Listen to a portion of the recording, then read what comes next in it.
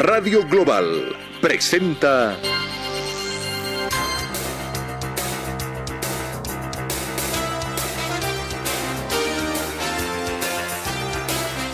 Por Siempre Sucre.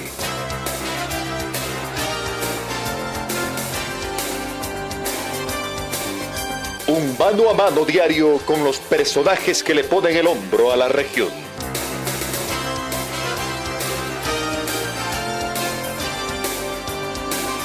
Por Siempre Sucre, con el sello inconfundible de Radio Global, rumbo al Bicentenario de Bolivia.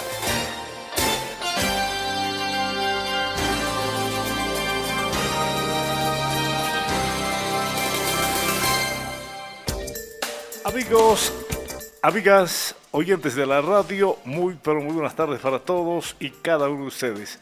De verdad un gusto poder compartir a media tarde nuestra programación diaria Por Siempre Sucre, tratando de no defraudar fundamentalmente la expectativa que tiene usted, aguardando siempre un entrevistado que llene la expectativa en diferentes campos del quehacer humano.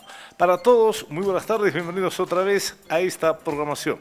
Quiero saludar, y lo tengo después de mucho tiempo acá en la radio, a un distinguido profesional con quien vamos a conversar sobre medicina, varios campos de la medicina, varias especialidades, porque de verdad tengo, ¿qué le digo?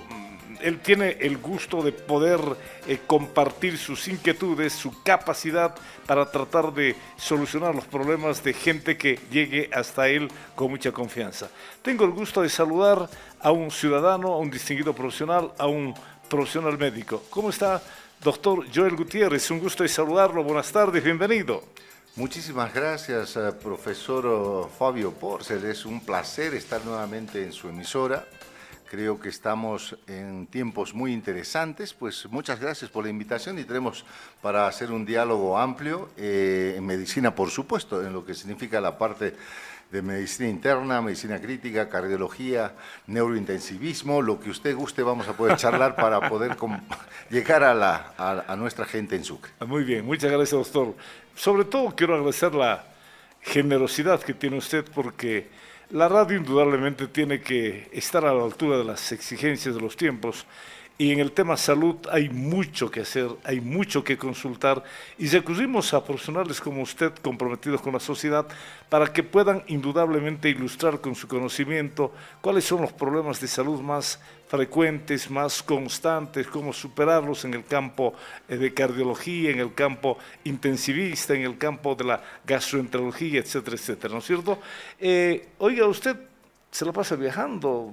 Veo fotografías permanentemente acá, allá, en el viejo mundo, en Norteamérica, Centroamérica, cursos, seminarios. Cuéntanos, doctor. Evidentemente vamos a introducirnos un poquito para la gente que no nos conoce. Son 20 años que tenemos de retorno a Bolivia, 20 años apostando por Sucre, por nuestro país, por nuestro departamento. Quizá habla, se formó en la Universidad San Francisco Javier, soy egresado de nuestra magnífica universidad, hemos festejado nuestros 450 años, estamos formados en el vecino país en cuanto a las especialidades. Tuve la suerte de estar en los mejores hospitales en Buenos Aires. Tengo que hacer mención al Hospital Posadas, donde me formé en medicina interna, al Hospital Ramos Mejía, donde tuve chance de hacer cardiología, al Hospital Argerich, que me formó en el campo de la medicina intensiva, y tengo la suerte de haber compartido rotaciones en Europa. Estuve en España, en el Hospital Universitario Miguel Servet, el año 2003, una rotación muy interesante que ha consolidado prácticamente mi actividad en la medicina intensiva. Llegando y retornando a Bolivia, el 2004, recuerdo muy bien, el 28 de julio fundamos en nuestra ciudad la Sociedad Boliviana de Medicina Crítica y Terapia Intensiva, filial Sucre, Fuimos nuevamente en esos años, justamente el 2004, pues ingresamos a la Sociedad de Medicina Interna como miembro titular. Actualmente estamos como miembros, pues soy miembro de la Sociedad Europea de Cardiología también desde el año 2016. Desde el 2014 fui aceptado en el American College of Cardiology, soy miembro internacional de aquella sociedad. Por lo tanto, obviamente soy miembro de la World Federation of Critical Care, quiere decir Sociedad de Terapia Intensiva Mundial. Entonces, por esas razones, he estado viajando desde el año 2005, desde prácticamente 20 años que voy viajando a los congresos que se organizan tanto de la Sociedad Mundial de Cardiología, la Sociedad Mundial de Terapia Intensiva, la Sociedad Latinoamericana o la Latinoamericana de Medicina Intensiva también, que se hacen congresos, en tanto y en cuanto he podido cumplir con las expectativas, porque de pronto es bastante complicado el tema económico en nuestro medio, pero pues hemos logrado. Y en el ámbito local soy past presidente de la Sociedad Boliviana de Medicina Crítica y Terapia Intensiva. Estuve en los tiempos más difíciles, donde hemos aprendido muchísimo, hemos compartido con ustedes, con la población acá, del año 20 al 22, de noviembre de 2020 a noviembre de 2022, cumplimos esa obligación tan importante en la Presidencia Nacional de Terapia Intensiva y concluimos con un congreso maravilloso. Creo que fue catalogado como el mejor congreso en los 30 años de vida institucional de la Sociedad Boliviana de Terapia Intensiva por el doctor Gastón Ramos, past presidente también de Cochabamba, quien refirió y dijo en una reunión que este ha sido el año 22 el mejor congreso que logramos hacer en Bolivia de la Sociedad Boliviana de Terapia Intensiva, con la presencia de destacados profesionales. Es más, estuvo por primera vez históricamente en nuestro país el doctor Lorenzo Berra. El doctor Lorenzo Berra es director de la Escuela de Medicina de Harvard, del Hospital Massachusetts de Boston. Entonces estaba él y su equipo en Congreso. Estaba la doctora Carola Jiménez, que en este momento es presidenta de la Sociedad Española de Terapia Intensiva. Estaba el doctor Víctor Nieto, que es presidente de la Sociedad Colombiana de Terapia Intensiva en este momento. Estuvo el doctor Néstor Raimondi, que es coequiper y es chiefer de la Sociedad Mundial de Terapia Intensiva, él es argentino en este momento. Entonces, fíjense, estuvieron, y muchos otros, ¿no?, de Chile, del Perú, estuvieron muchos otros en ese congreso, que no fue posible alcanzar el nivel en este último, que fue en Cochabamba el pasado noviembre de 2004. Más o menos un pantallazo de todas mis actividades académicas en estos 20 años, pues con la misma inquietud, por supuesto, afrontamos la realidad en las peores situaciones y momentos de la pandemia. Desde que nos hicimos cargo, pues hicimos localmente grandes actividades para conseguir desde el equipamiento básico para protegernos, porque dijimos hay que cuidar al cuidador, porque de pronto si no, ¿quién se hacía cargo? Entonces creo que aprendemos mucho en estos 20 años de actividad profesional de alta especialidad, mi querido profesor Fabio Porce. Estoy recordando un evento al que hizo mención instantes atrás, precisamente en noviembre del año 2022, ¿no? ¿Noviembre fue? Correcto. 2022, recuerdo, por la presencia importante de personalidades del mundo médico de todas partes del mundo, ¿no? Chilenos, argentinos, norteamericanos, españoles, etcétera, etcétera. Fue un evento realmente como para recordarlo por mucho tiempo acá en Sucre. Antes de ir al desarrollo propiamente, usted tiene la especialidad en medicina interna. Así es. Así rápidamente, ¿qué es la medicina interna? Medicina interna es el estudio de todas las enfermedades clínicas de todos los órganos en el ser humano. El internista es prácticamente el primer especialista que debe ver todas las enfermedades de una persona adulta, me voy refiriendo a los adultos, obviamente, con pediatría muy poco, pero sí con personas adultas. Entonces el internista es el que tiene que hacer la primera evaluación directamente de cualquier situación de cada individuo, en cualquier órgano. Entonces el internista hace la evaluación y es el que tiene que decir: cardiólogo, venga que necesito que usted evalúe a este paciente que tiene problemas y enfermedades cardiológicas, y así con todas las especialidades clínicas, ¿no? El internista, ese es el médico internista, prácticamente abarca todas las especialidades. No son subespecialidades para que no nos malentiendan, pero realmente abarca muchos aspectos de enfermedades clínicas. Una persona que siente un problema de salud debe recurrir a un internista, doctor? Evidentemente, cualquier persona que tenga alguna molestia en cualquier órgano tiene que pedir una consulta inicialmente con un internista para poder definir de qué se trata. Ajá. Hará los estudios correspondientes y en función de hacer un diagnóstico inicial podrá decir, neumólogo, venga que necesito porque tengo una neumonía con este paciente. O continuar el tratamiento porque el internista está habilitado en todas las especialidades clínicas para resolver. ¿Hay cultura para que el paciente visite inicialmente a un internista, doctor? Pues bueno, eso no es tan así. De pronto el común denominador de la población lo primero que hace va a una emergencia, llenando las emergencias, o van a los centros médicos a buscar a una persona o a un médico general. El médico general, con todo el respeto que se merecen los colegas, tienen informaciones básicas, no tienen la capacidad de resolver enfermedades clínicas. Ellos tienen que direccionar rápidamente hacia el especialista, en este caso al internista o al que corresponda. Entonces la gente tiene que buscar, obviamente, especialistas. Y en este caso el internista es el primero, debería ser.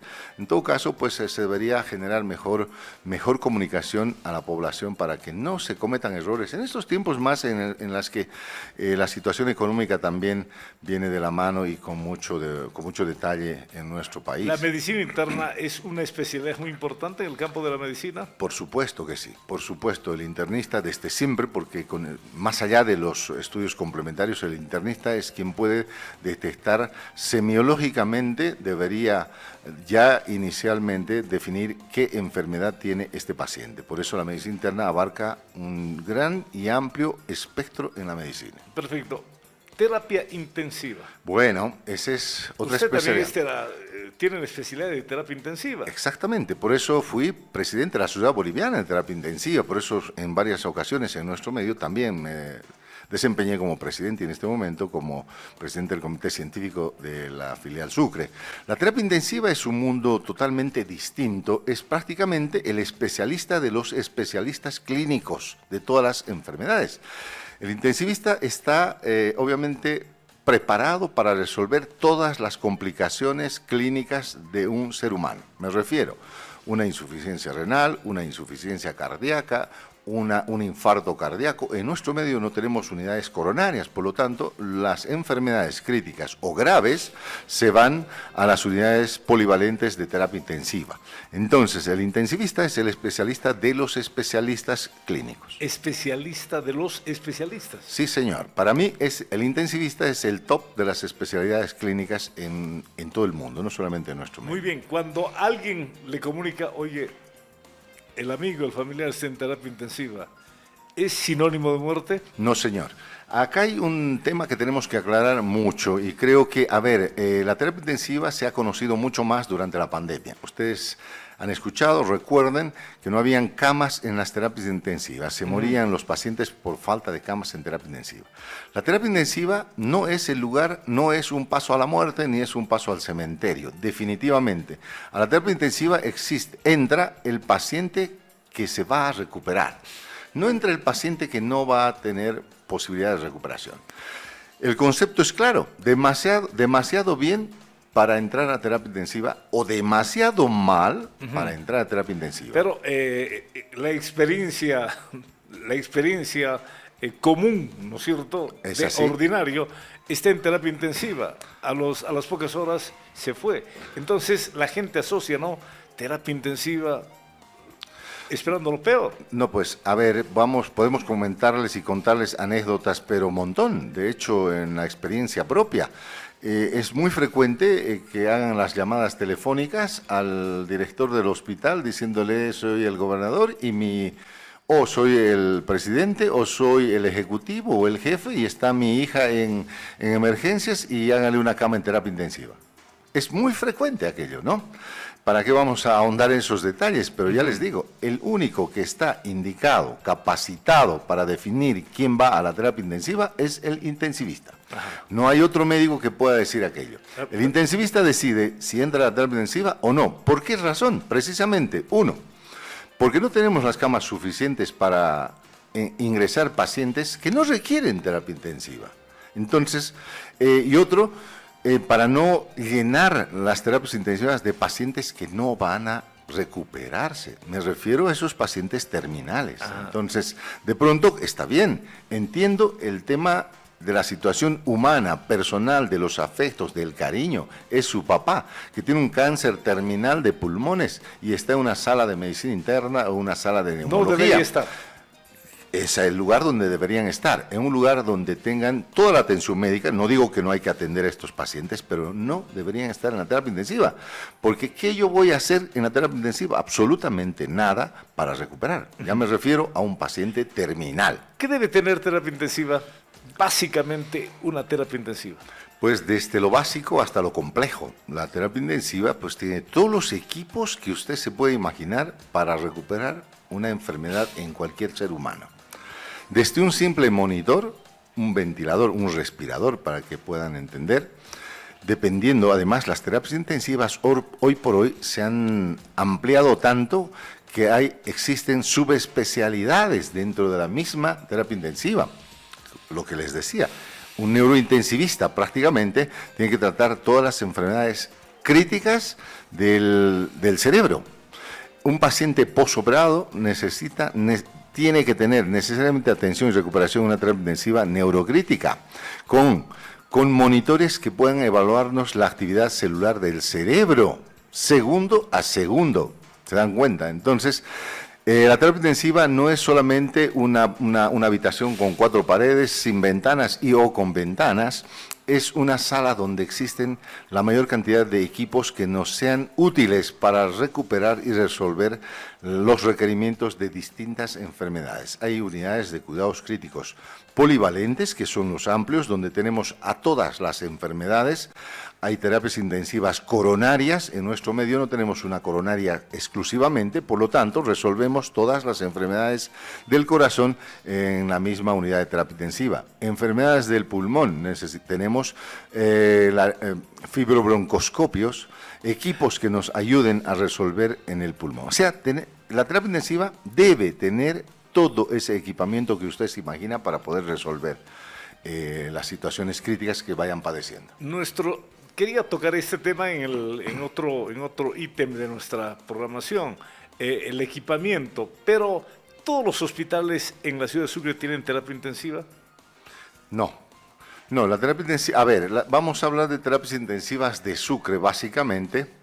Tenemos el Hospital Santa Bárbara, que han disminuido mucho en los últimos tiempos en cuanto a capacidad de equipos, personal, etcétera. Debemos enfrascar además nuestro comentario en 3 aspectos fundamentales en una terapia intensiva. Uno es la estructura física, otro es el equipamiento y otro es el personal. O sea, bajo esos 3 pilares debemos obviamente ir haciendo las charlas. Entonces, el Hospital Santa Bárbara tiene una terapia intensiva.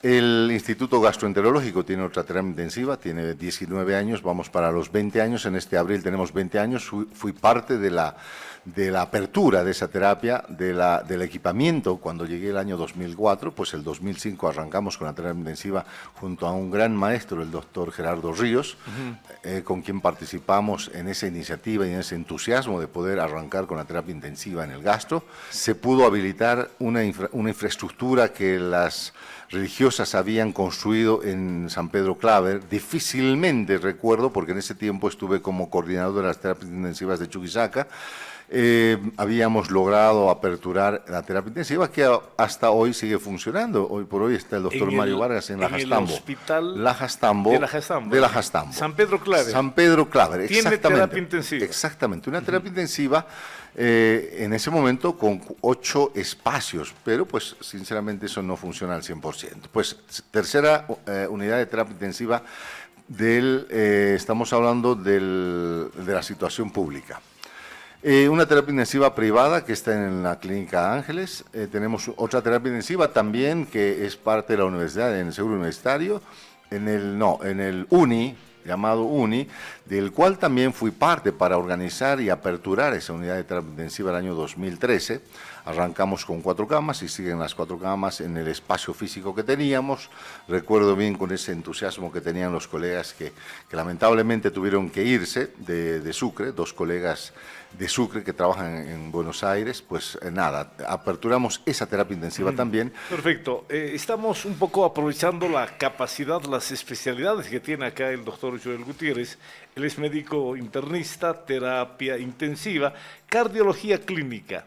Evidentemente, tengo el curso en la Sociedad Argentina de Cardiología. Hemos estado haciendo mucha actividad desde el punto de vista clínico y en la actividad privada, básicamente, las consultas externas. En nuestro medio tenemos muchas enfermedades que traducen mucha complicación en el corazón, como es, bueno, primero el Chagas, que traduce mucha complicación a nivel del sistema de conducción eléctrico. ¿Es lo más común en el tema de en nuestro medio, Chagas? pues bueno, las arritmias, la hipertensión arterial, que de pronto en estos tiempos las enfermedades cardiometabólicas han sido las que han generado mucha complicación en nuestros habitantes.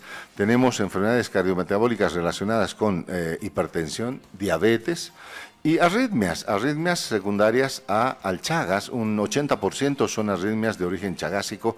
En Sucre es lo que vemos a diario. Ajá. Chagas, y el tema de, ¿cómo se llama el aparatito que generalmente utiliza la gente? Marcapaso. El marcapaso. ¿Cómo anda en esto, Sucre? Bueno, sí, estos tiempos ha cambiado muchísimo. A ver, le hablo el año 2006, 2007, tenía mi actividad en la terapia intensiva. También funcionalizamos la actividad laboral 24 horas en la Caja Nacional, en el Hospital de la Caja Nacional.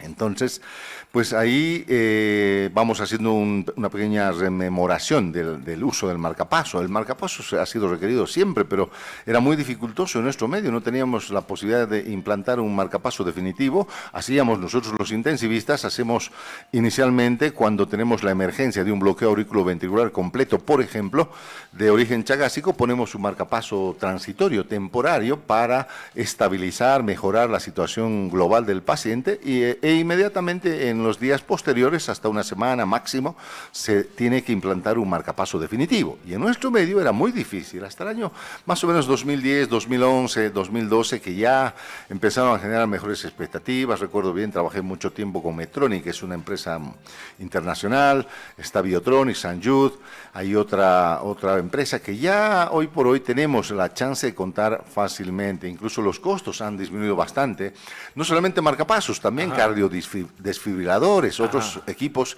que son ya más pequeños, reducidos, que van debajo de la piel, en el tejido celular subcutáneo, se implantan muy bien y de pronto se implantan ya con mucha más practicidad. ¿Tiene calidad de vida quien tiene marcapaso? Por supuesto, porque si no tiene marcapaso, además hay un detalle bien importante, el marcapaso se tiene que implantar al paciente con indicación precisa. No es que porque yo quiero o porque el colega cardiólogo de la esquina dijo que hay que poner un marcapaso, no es así, pues tienen las indicaciones precisas. En todo caso, pues esos pacientes van a tener no solamente calidad de vida, sino van a tener la prolongación de vida correspondiente. Es muy común escuchar a los pacientes decir: le han puesto un marcapaso a mi vecino y se ha muerto, por eso no me quiero poner. Es muy común escuchar eso en muchos pacientes, sobre todo con un nivel de educación inferior a la que podemos tener y apreciar a otros. Pues el comentario es ese, o la esposa o el familiar, el vecino va y le dice: no, le han puesto el marcapaso y se ha muerto, pero no es así. El marcapaso nos genera una actividad eléctrica que en la persona ha sido disminuida, ha sido lesionada, por lo tanto se reemplaza aquella posibilidad y el corazón tiene la actividad correspondiente hasta donde Dios nos diga. A ver, esto uno escucha generalmente a quien tiene marcapaso: se murió porque la pila se agotó. ¿Es cierto esto? Tampoco, porque ese paciente, pues, natural, y normalmente los marcapasos tienen alrededor de 10 años de garantía, y dependiendo de la actividad propiamente del marcapaso, la vida media puede generar un poquito más, incluso 12, 13 años. Por eso los controles que hay que hacérselos, y en un momento y en tiempo oportuno, antes de los 6 meses de vida útil del marcapaso, y hay que hacer un reemplazo del generador, y con eso sigue el paciente, sigue con su actividad propia y además tiene la vida correspondiente. Neurointensivismo. ¿Qué es, doctor Joel Gutiérrez? Muy bien, neurointensivismo se trata de recuperar a la célula nerviosa. A ver, vamos a ser claros para que la población nos entienda, no voy a ser tan técnico en este caso. Toda lesión en el sistema nervioso, en el cerebro, toda lesión que sucede en el cerebro de cualquier origen, ya sea traumático, ya sea embólico, famosa cardioembolia por el Chagas, etcétera, genera una lesión. Llamamos una embolia, la gente lo conoce como una embolia. Dependiendo si es una embolia isquémica, pues hablamos de manejo de ese paciente en unidad de terapia intensiva, poniéndole los transductores correspondientes, los aparatitos correspondientes en el cerebro para hacer las mediciones de la presión cerebral y de acuerdo a eso pasarle medicación para tratar de evitar la hipertensión, llegar a una hipertensión maligna y que el cerebro, en otras palabras, tenga mayor complicación y se pueda morir.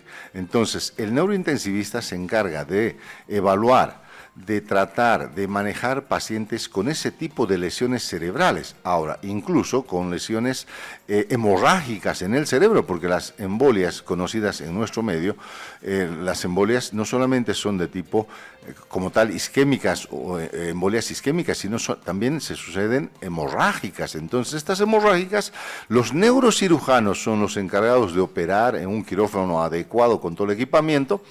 Y los intensivistas, los neurointensivistas, somos los encargados de recuperar posteriormente a esos pacientes. El neurointensivista, el neurocirujano hace su trabajo complejo como corresponde en el cerebro, opera el cerebro como un cirujano de abdomen.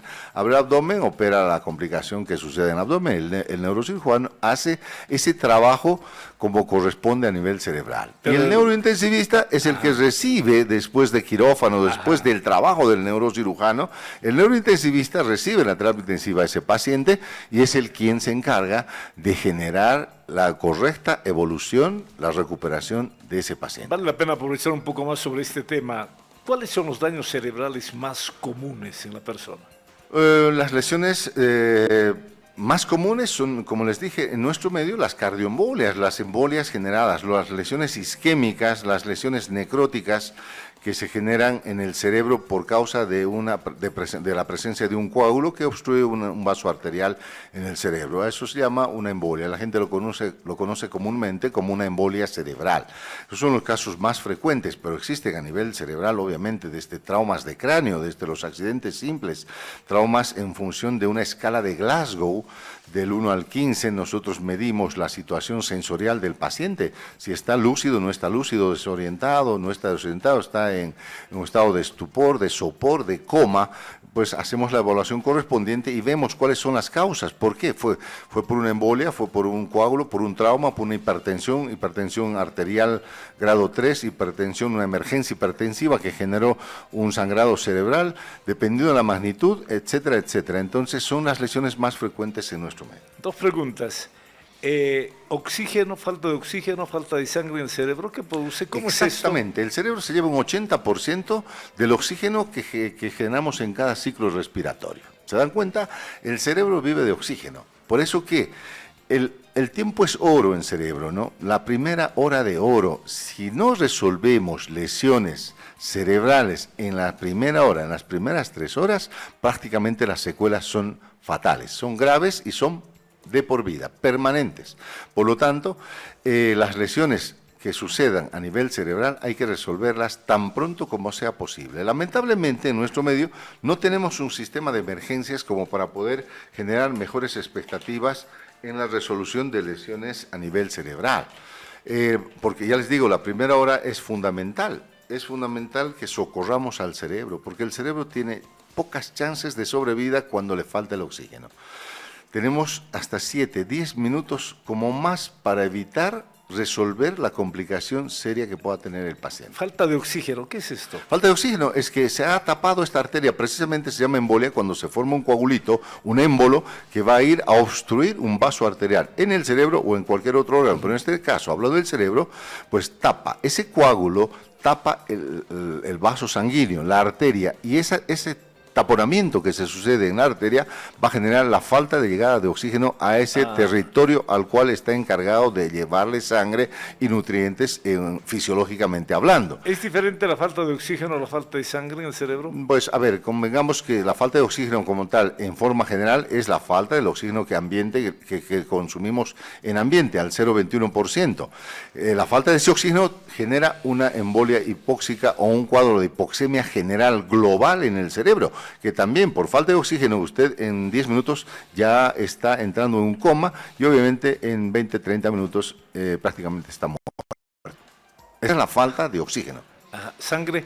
Sangre es lo mismo, porque si falta el oxígeno es que faltó sangre. La sangre es la que se encarga de llevar y transportar el oxígeno. La sangre se encarga de llevar oxígeno. Exactamente. Qué interesante. Pero exactamente. Qué bien, qué bien. Los glóbulos rojos son los encargados, son los cargadores de oxígeno que tenemos en nuestro sistema, en nuestro organismo. A ver, otra palabra, generalmente la gente que dice hipertensión, se puede tratar, se puede curar.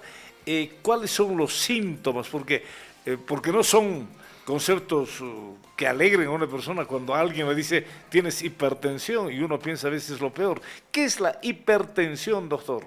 ¿Cuáles son los síntomas? Es unas altas causas de mortalidad. La hipertensión arterial es un gran tema que se ha discutido en todos los congresos, a nivel local, a nivel nacional.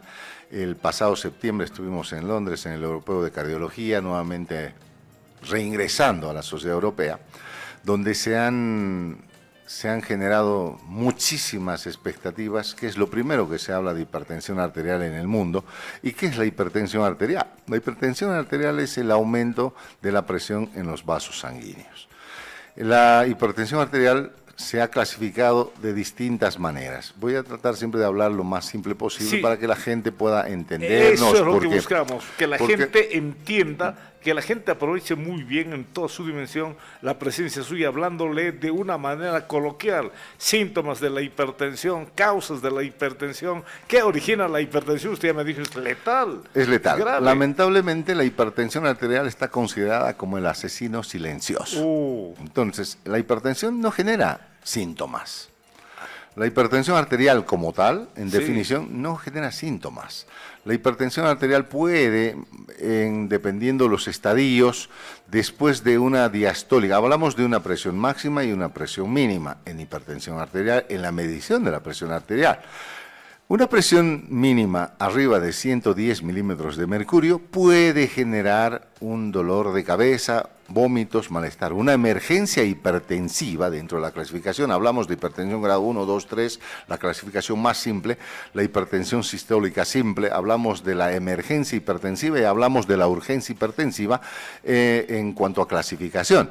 Una emergencia hipertensiva es cuando la presión arterial está alrededor de 200 milímetros de mercurio, 200 milímetros de mercurio, y la diastólica o la mínima esté arriba de 110 milímetros de mercurio. En ese caso, una presión arterial media, que nosotros hacemos los cálculos, nos va a dar arriba de 140 milímetros. Y a partir de allá, ya se genera un gran riesgo de sangrado a nivel cerebral, porque el cerebro, así el organismo como en todos sus órganos, es tan sabio que tiene unos sensores carotídeos que generan control de un flujo continuo al cerebro, pero arriba de los 140 milímetros de mercurio, esos sensores se ven vencidos y lamentablemente pueden ocurrir fatalidades, como les dije, la muerte del paciente. Por eso a la hipertensión se le llama el asesino silencioso. No hay síntomas que puedan guiar, pero algunos con esa presión toleran, pues el mismo organismo tiene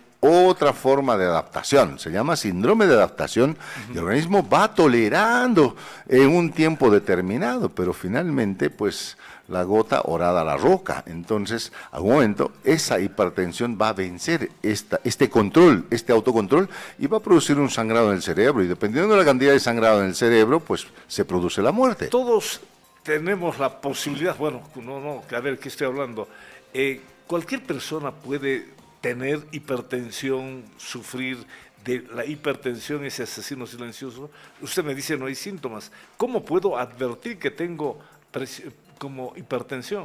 Pues muy fácil, muy fácil. A la población hay que decirles que simplemente se hagan medir la presión arterial. Pero usted sabe, mi querido doctor, la experiencia de la población Uno acude al médico cuando ya está enfermo, cuando uno Sí, está sí, con sí. una enfermedad avanzada. La idiosincrasia de nuestro pueblo es así, pero Ajá. creo que hay que pedir que a la educar. población, hay que educar, hay que pedir a la población. Lo primero que tienen que hacer es ir a cualquier centro médico, al del barrio. Está la enfermera que le va a tomar la presión arterial y que le anoten en un papelito, y si la presión está arriba de 140, la máxima, y de 85, la mínima, vaya a visitar al clínico, al cardiólogo, al especialista. A ver, presión arterial. Yo me dirijo a una farmacia.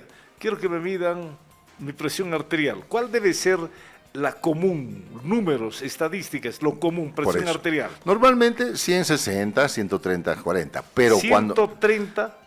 A ver, nos ordenemos un poquito. Para que la población tome alarma correspondiente, si la presión máxima o sistólica, como nosotros conocemos, está arriba de 140 y la presión mínima arriba de 85 milímetros de mercurio, 140, 85. Esos son los parámetros máximos normales.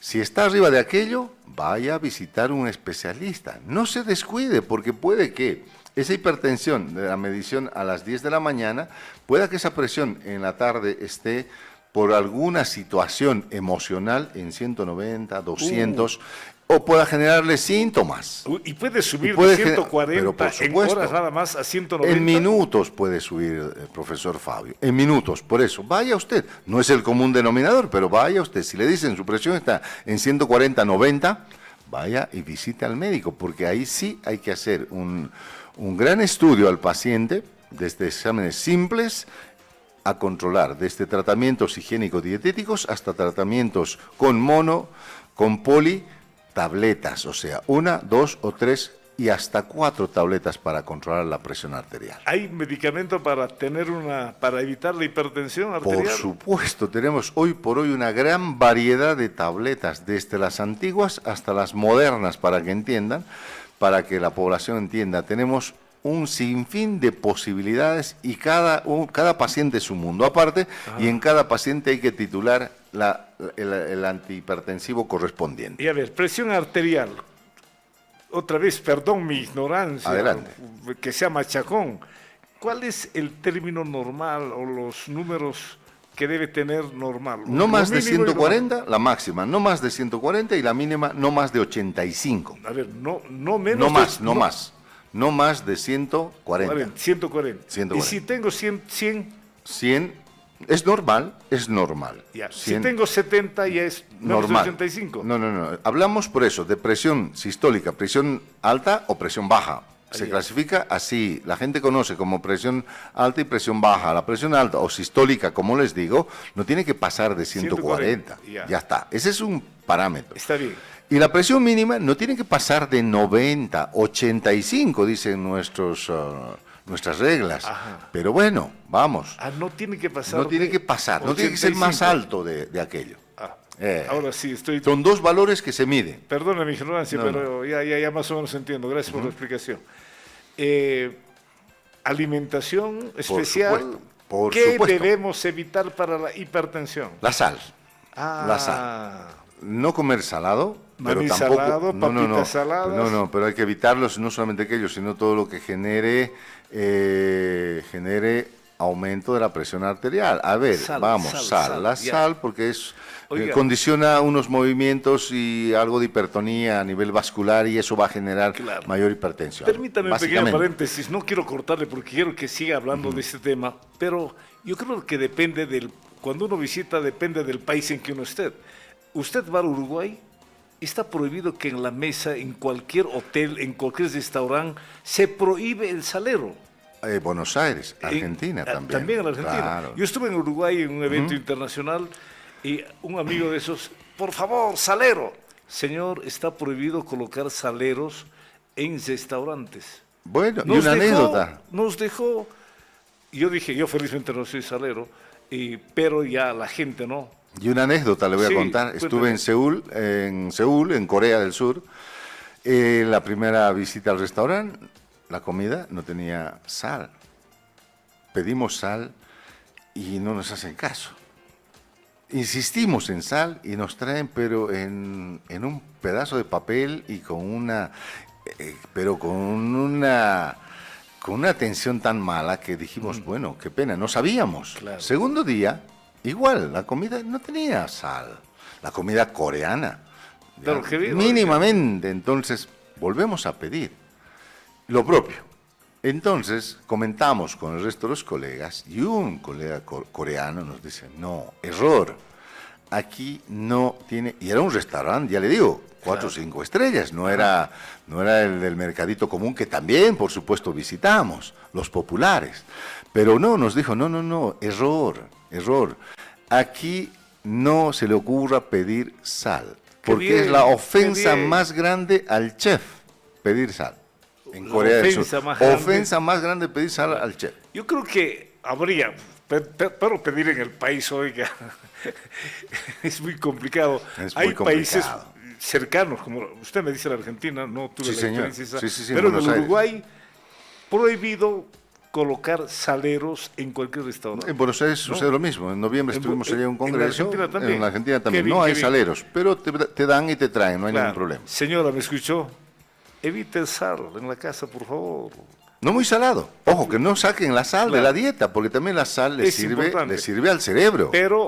Pero sin exceso, ¿no? Sin exceso, Sin evidentemente. exceso, ¿no? Exactamente. La sal daña, como el azúcar, lamentablemente. Exactamente, daña, ¿no como el es cierto? azúcar. Exactamente. Bueno, ¿qué más hay que evitar para la hipertensión? Porque mucha gente se lamenta, tengo hipertensión. Bueno, en estos tiempos las enfermedades cardiometabólicas hablan de hipertensión, de diabetes. El tema dietético, evitar básicamente sal, Ya. evitar alcohol, obviamente.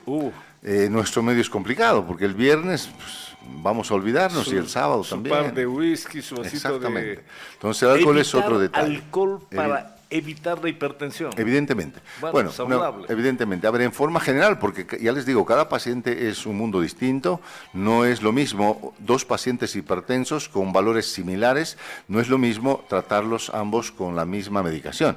Hay que, además, elegirles el tipo de medicación. Si no respondemos inicialmente con el tratamiento higiénico dietético, me refiero a aquello, pues la actividad física es fundamental también para el tema de la hipertensión. Ojo, no es que los hipertensos tengan que quedarse en reposo, al contrario, la actividad física mejora la hipertensión arterial. Eso está Mejor, demostrado entonces, científicamente. Caminar, coser, la actividad física. Caminar, correr, bien, exactamente, bien. ¿no? Bien. No solamente para la hipertensión, sino también para la diabetes, que es otro gran mundo que cuando gusten podemos charlar solamente de diabetes, que eso nos llevaría un par de horas poder ¿Seguro? definir en nuestro medio con A ver, yo me seguridad. comprometo para una oportunidad porque lamentablemente en nuestro país, no sé si por Es ser más, país pobre, pero la diabetes lamentablemente hace su agosto, ¿no? No, por supuesto. Hoy por hoy la diabetes y la hipertensión están de la mano y también han estado acechando a toda la población, no solamente de Sucre, sino del país y en todo A el ver, mundo. Aquí en el campo de la hipertensión estaba hablando usted evitar alcohol.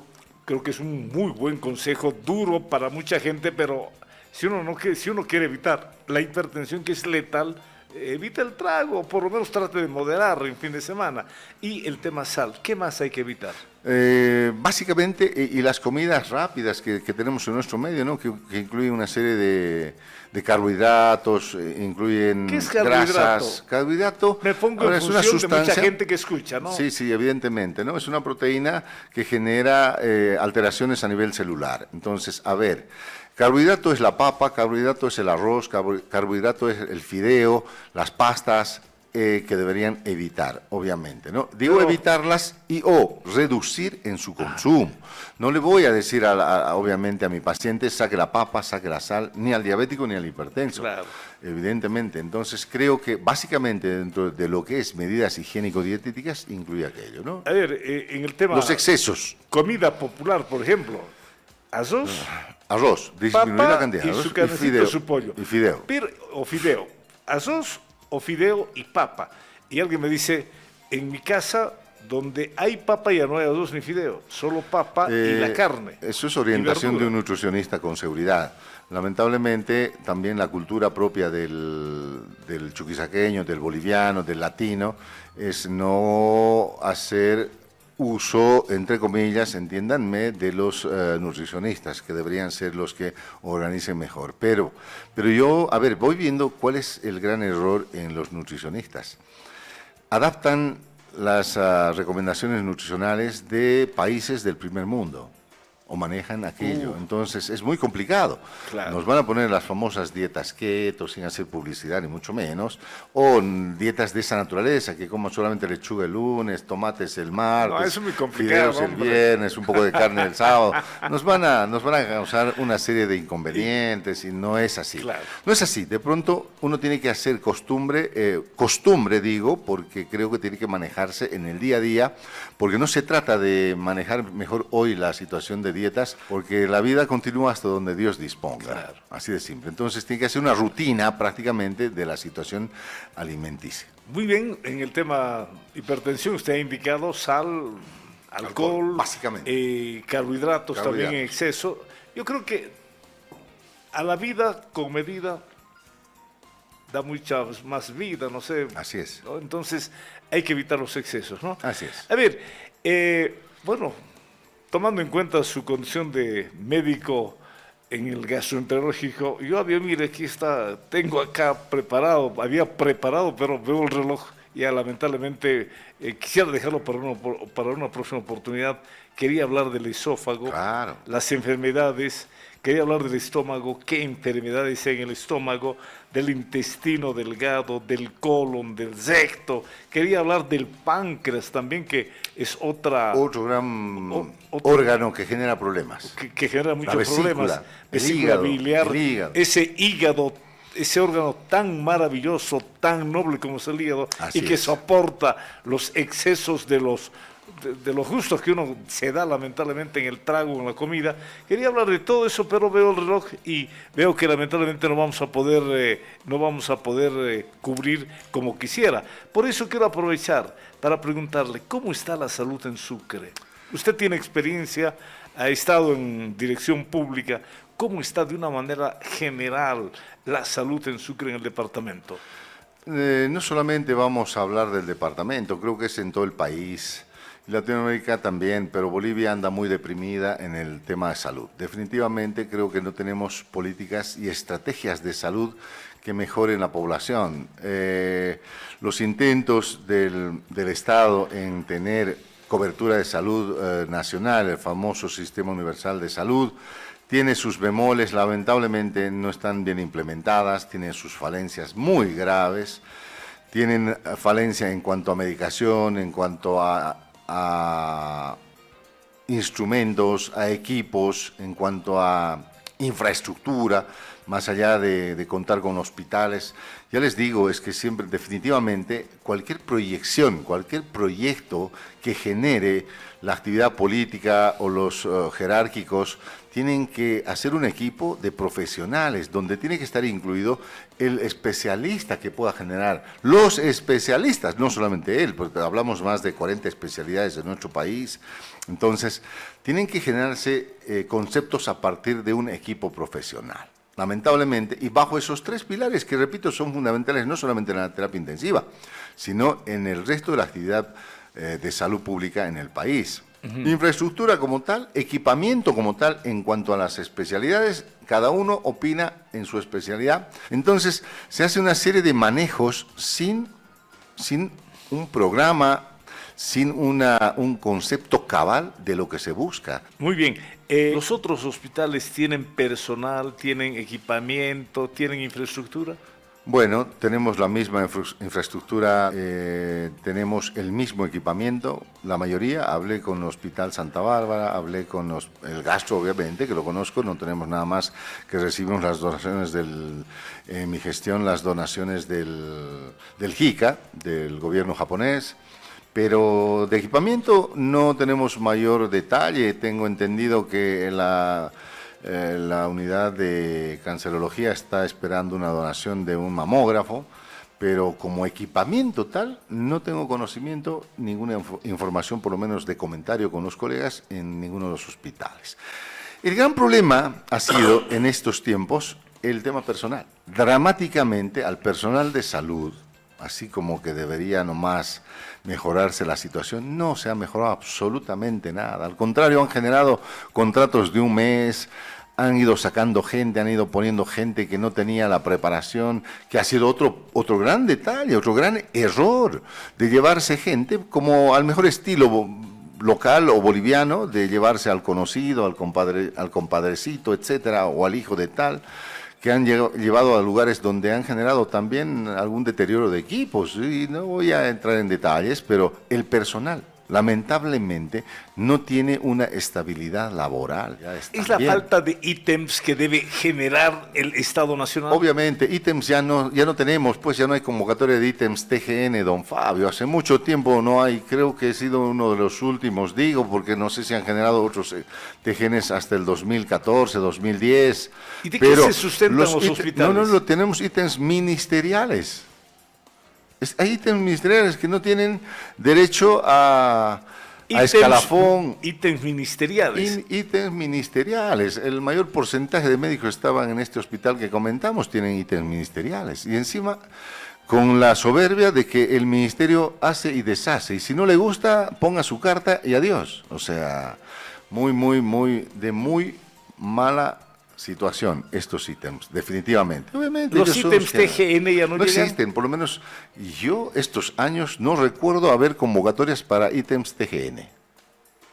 En salud, en medicina. En salud, en medicina. Evidentemente. Tengo mis colegas, precisamente intensivistas, falta de intensivistas en Sucre porque no tienen un ítem, ni siquiera un ítem ministerial. Y estos ítems ministeriales, lamentablemente, hay que ser sincero, entre quien entren neoliberales, socialistas, entren los unos o los otros. Claro. Cuando existen ítems ministeriales, uno lamentablemente ya no goza de una transparencia en la otorgación a gente que indudablemente necesite y que demuestre capacidad, sino ahí, lamentable, es triste decirlo, esto ya político, va de acuerdo a lo político. Es un ítem político. Si eres del partido, te beneficias con el ítem ministerial. Si no eres del partido, estás condenado a no tener y no tienen fuente de trabajo. No tienen las ventajas, entre comillas, ventajas que han sido logradas obviamente en su momento, como el escalafón médico, que solamente tienen derecho a una vacación mínima y nada más. Entonces, ni siquiera hay categoría profesional, porque el TGN significa categoría profesional. Yo tuve que presentar presente hasta el escalafón cuarto nivel. Entonces gozo de aquello porque en su momento di un examen de competencia y con eso gané y opté el ítem TGN, pero estos colegas con ítem ministerial no tienen derecho a absolutamente nada de aquellos beneficios. Hay mucha gente que trabajó gratis enero. Se lucha contra el cáncer como debía lucharse acá en la ciudad de Sucre, mi querido doctor Joel. Usted que está en el campo de la medicina, usted que en el día a día conoce los problemas que lamentablemente tiene la población en salud. Pues lamentablemente también esto es concepto personal. De pronto el cáncer es un mundo totalmente aparte, que en la mayoría de los departamentos, en Bolivia en general, no tienen la cobertura correspondiente. Lamentablemente los quimioterápicos o la atención médica clínica de los pacientes con cáncer de cualquier órgano tiene un costo abismal. Un costo abismal que incluso hoy por el tema de la situación económica del país, de la limitación y el corralito financiero con la escasez de dólares que ha afectado horriblemente a los laboratorios, también tienen sus percances de la adquisición. Cuestan arriba de $100. Químicos, drogas que requieren mucha inversión de dinero.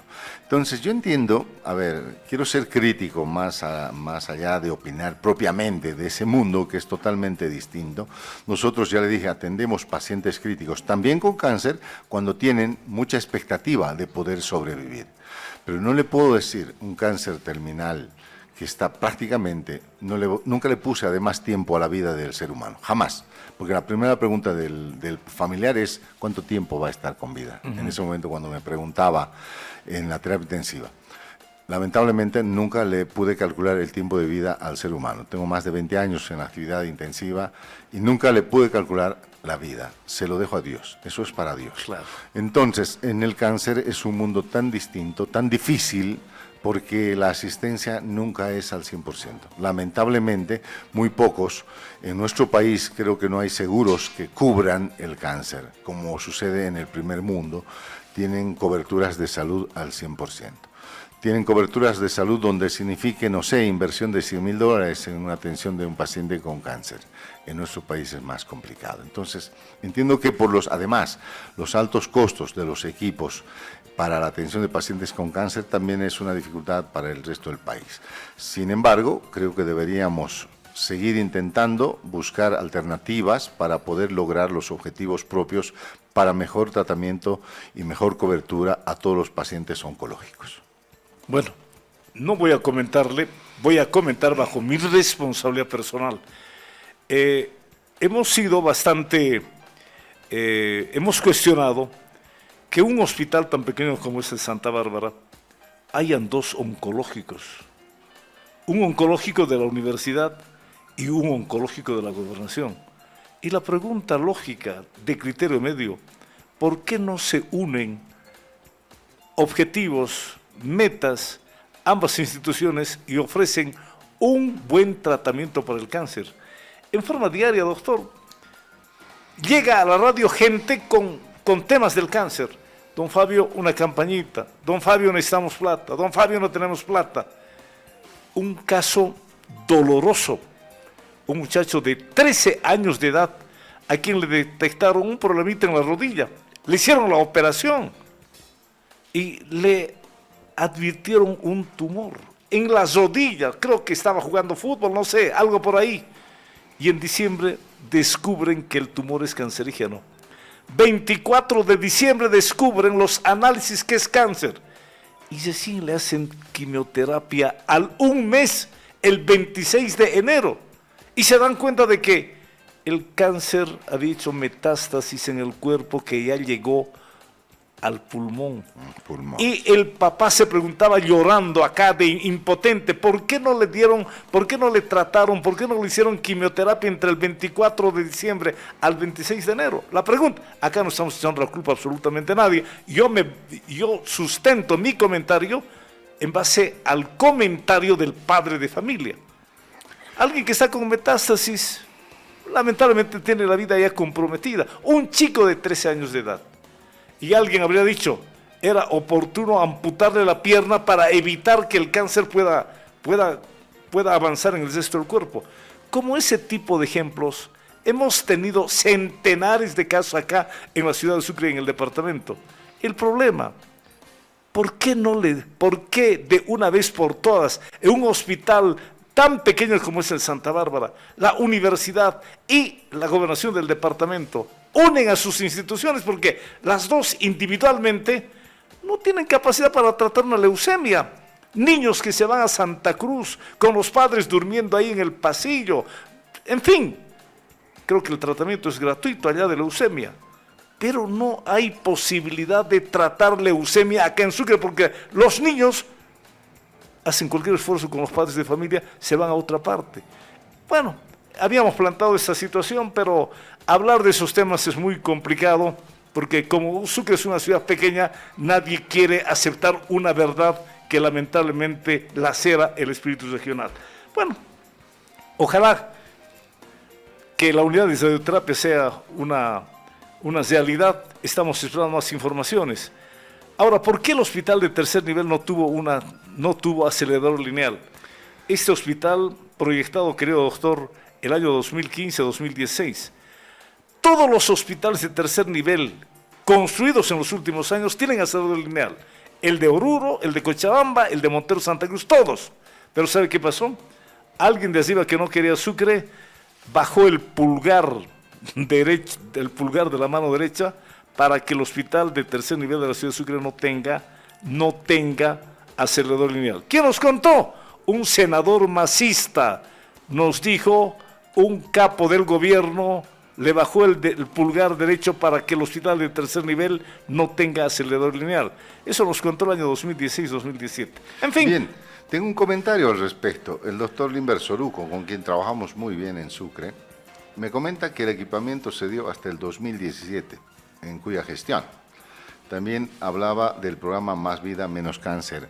Pues lamentablemente a su comentario, precisamente esas personas que bajan el pulgar son gente que no debería estar en ese lugar. Son gente que no tienen la preparación correspondiente. ¿Cómo pueden disminuir la posibilidad de que el Estado mejore en... Bueno, ya les dije, no tenemos buenas políticas de salud en el país, no tenemos la salud correspondiente en el país, porque todo eso se ha generado en función a 2 o 3 personas que manejan esto. Nunca han convocado a los especialistas, nunca han convocado, incluso durante la pandemia les dijimos al ministro, se lo dije, convoque a los intensivistas, nadie va a venir a cobrarle un peso. Y van a estar para generarle mejor información. A Jason Ausa, cuando se posicionó de ministro de Salud, lo posicionaron un día viernes. El día domingo estaba hablando aquí en la radio. Doctor, traiga agua a su molino, que en su gestión se cobija un error del gobierno anterior, un error garrafal, cuando le bajaron el pulgar derecho al hospital de tercer nivel para que no tenga acelerador lineal. ¿Sabe qué yo le dije? En la puerta del Hospital Santa Bárbara. Jason, tú eres de Sucre, ¿sabes? Tu gestión termina y vas a andar mirando alto, con la frente alta. Hace mucho por Sucre, se lo dije. Pero bueno, son políticos. Nosotros acelerador lineal y a los 2 años nos dijo, va a haber unidades de radioterapia, nos dejó callados. Han pasado 3 años, todavía no hay radioterapia trabajando objetivamente, pero nos tranquilizó relativamente la declaración del director del CEDES dando cuenta de que es un proceso de carácter administrativo. Mi querido doctor, lamentable. Ha sido un gusto haber conversado, nos ha ilustrado y con su capacidad ha educado a mucha gente en diferentes temas de salud que seguramente va a tomar en cuenta para evitar problemas que indudablemente complican la vida de una persona. Que no sea la última oportunidad, yo quiero convocar al gastroenterólogo para hablar de los problemas que había planteado antes y poder apoyar a nuestra gente en el tema de salud de tanta importancia en la vida de una persona. Con gusto, estimado profesor Fabio, con gusto vamos a estar siempre brindando todo lo que se pueda a la ciudad de Sucre. Ya le dije, apuntamos y apostamos a volver a Bolivia y a quedarnos en Sucre. Cuando mi padre me decía, ¿cuándo vuelves? Entonces me quedé en Sucre precisamente por muchas razones. Pues la actividad propiamente académica con la Sociedad de Medicina Interna, con la Sociedad de Terapia Intensiva y con las sociedades clínicas que gusten compartir con nosotros, seguir mejorando la actividad propiamente en Sucre, seguir esforzándonos para brindar mejor y calidad de atención a cada uno de nuestros pacientes en Sucre, no solamente en el ámbito público, también en el ámbito privado. Un gusto haber conversado, que sea esta una próxima oportunidad.